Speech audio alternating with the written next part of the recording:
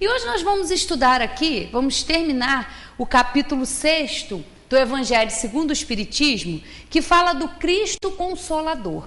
Então aqui nós vamos ver o porquê, né, que Jesus falava a respeito disso, o que significava, o que significou quando Jesus veio nos falar que pediria ao Pai que enviasse um Consolador que ficaria eternamente conosco, né?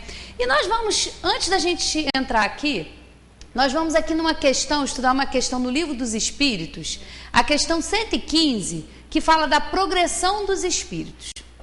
E lá a gente tem a seguinte questão que Kardec faz aos espíritos superiores.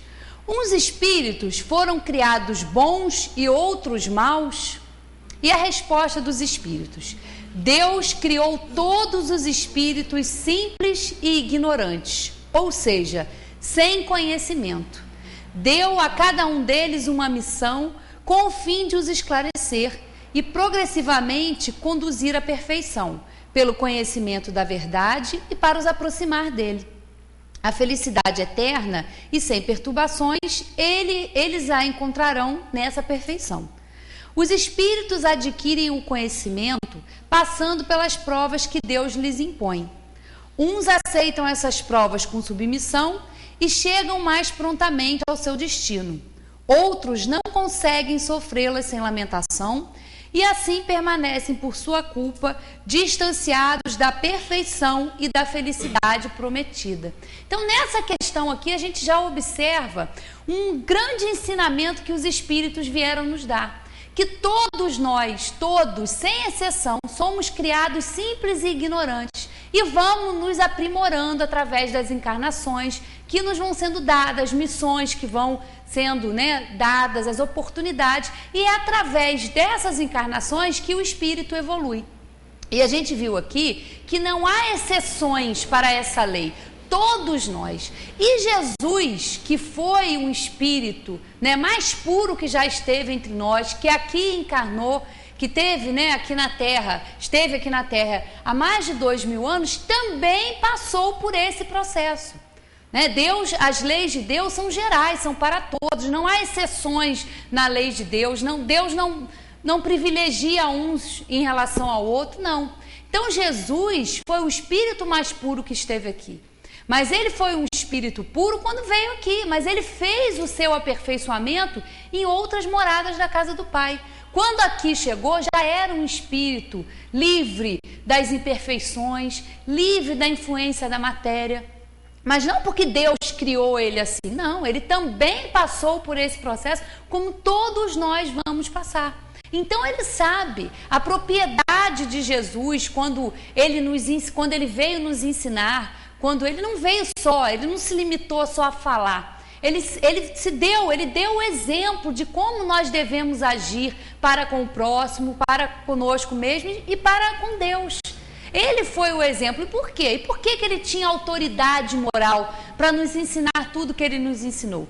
Porque ele foi um espírito que, como nós, também passou pelas suas fases de dificuldade, também foi um espírito imperfeito.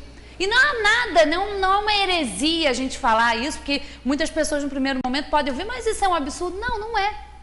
Ele foi um espírito criado simples e ignorante, como todos nós somos.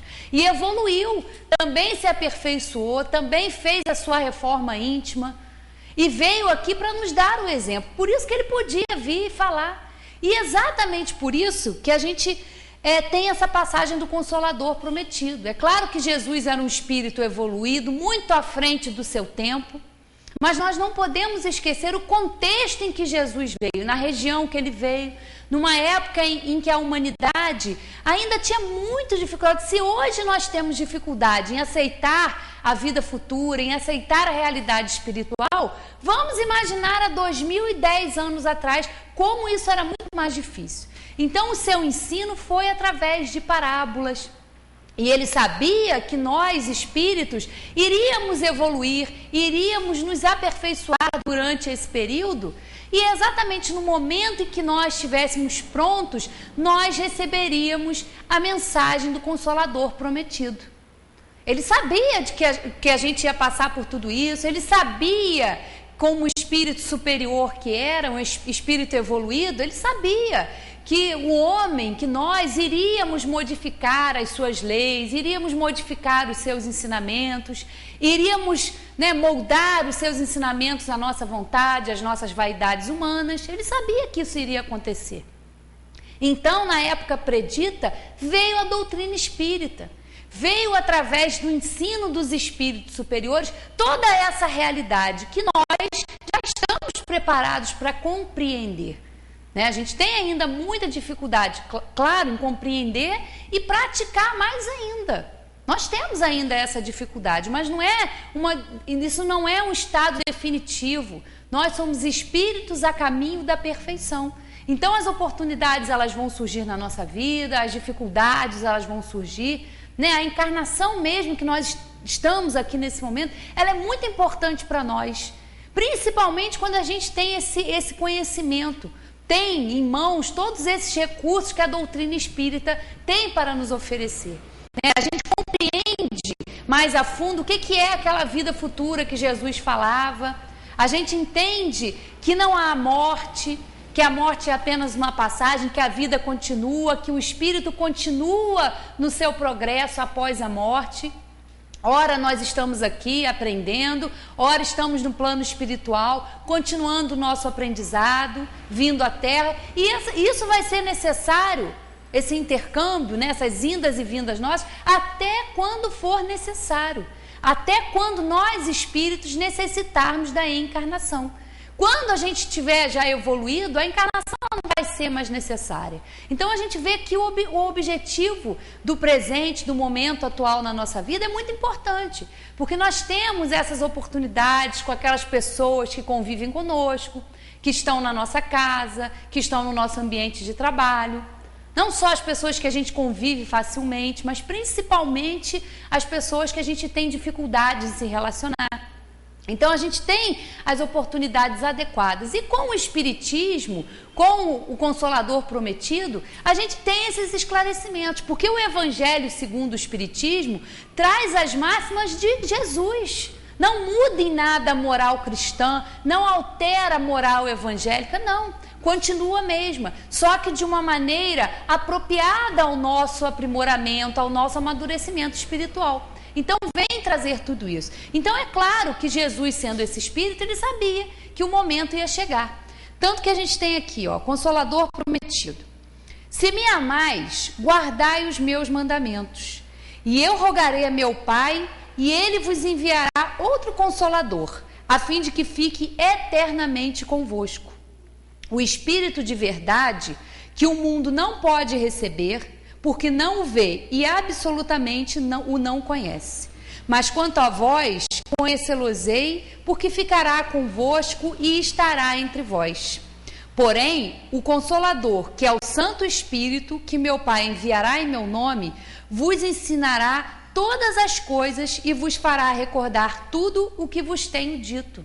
Então é claro que a gente teve muitas adulterações a respeito do ensinamento de Jesus, que falava de leis de amor, que falava do perdão até aos inimigos, Todos esses ensinamentos estão contidos aqui no Evangelho. E o Espiritismo vem nos clarear, vem tirar o véu dessas alegorias que continham todos esses ensinamentos. Mas nós hoje já temos a capacidade, A doutrina espírita ela surgiu na época do iluminismo, do positivismo, do evolucionismo, após o avanço das ciências, em que a ciência já começava a desvendar os mundos habitados, já começava a mostrar essa realidade espiritual. Então a doutrina espírita tem esse objetivo, e é o Consolador Prometido por causa disso, porque ele vem reafirmar, vem mostrar de uma maneira mais clara, de uma maneira que a gente já possa compreender esses ensinamentos aí dessas leis, que Jesus veio trazer. O Espiritismo vem, na época predita, cumprir a promessa do Cristo. Preside ao seu advento o Espírito de verdade. Ele chama os homens à observância da lei. Ensina todas as coisas, fazendo compreender o que Jesus só disse por parábolas. Advertiu o Cristo: ouça os que têm ouvidos para ouvir. O Espiritismo vem abrir os olhos e os ouvidos, porquanto fala sem figuras nem alegorias. Levanta o véu intencionalmente lançado sobre certos mistérios.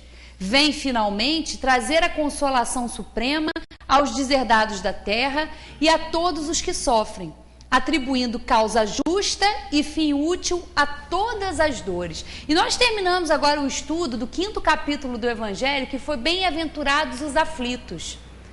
E se Jesus não compreendesse, não fosse o espírito tão evoluído que ele foi, ele estaria nos enganando. Porque como a gente entender bem-aventurados os aflitos, como a gente vai bendizer a dor, bendizer a aflição, se a gente não compreender que isso é necessário, que a nossa vida aqui, ela é passageira, ela é transitória, né? No momento a gente pode estar aqui, amanhã a gente pode não estar, daqui a pouco a gente pode não estar mais aqui.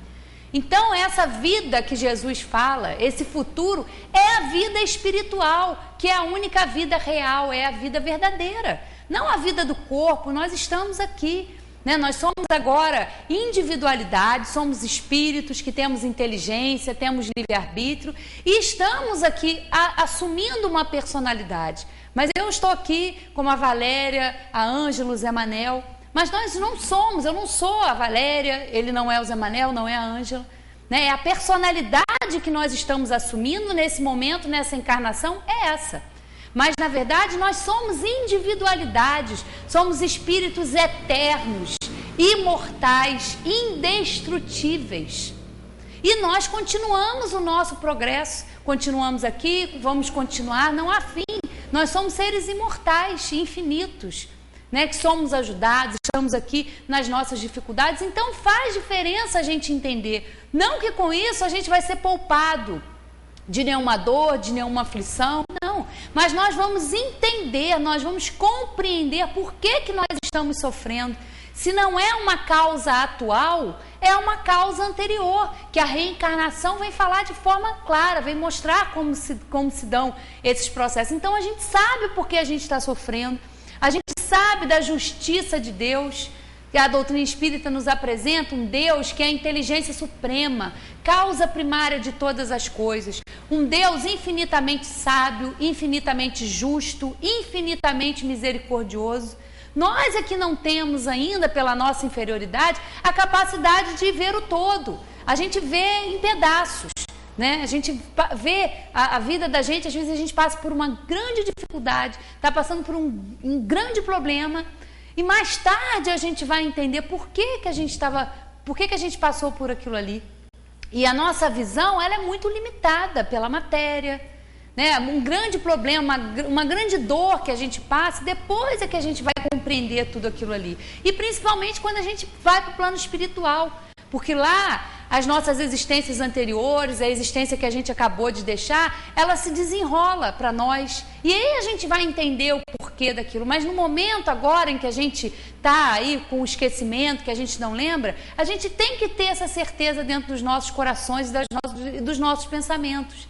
Que nós somos ajudados, que nós não estamos passando por situações difíceis à toa, nós estamos numa situação de resgate das nossas faltas atuais ou faltas anteriores, convivendo com aquelas pessoas novamente numa nova oportunidade de trabalho, de desenvolvimento do amor, de desenvolvimento do perdão.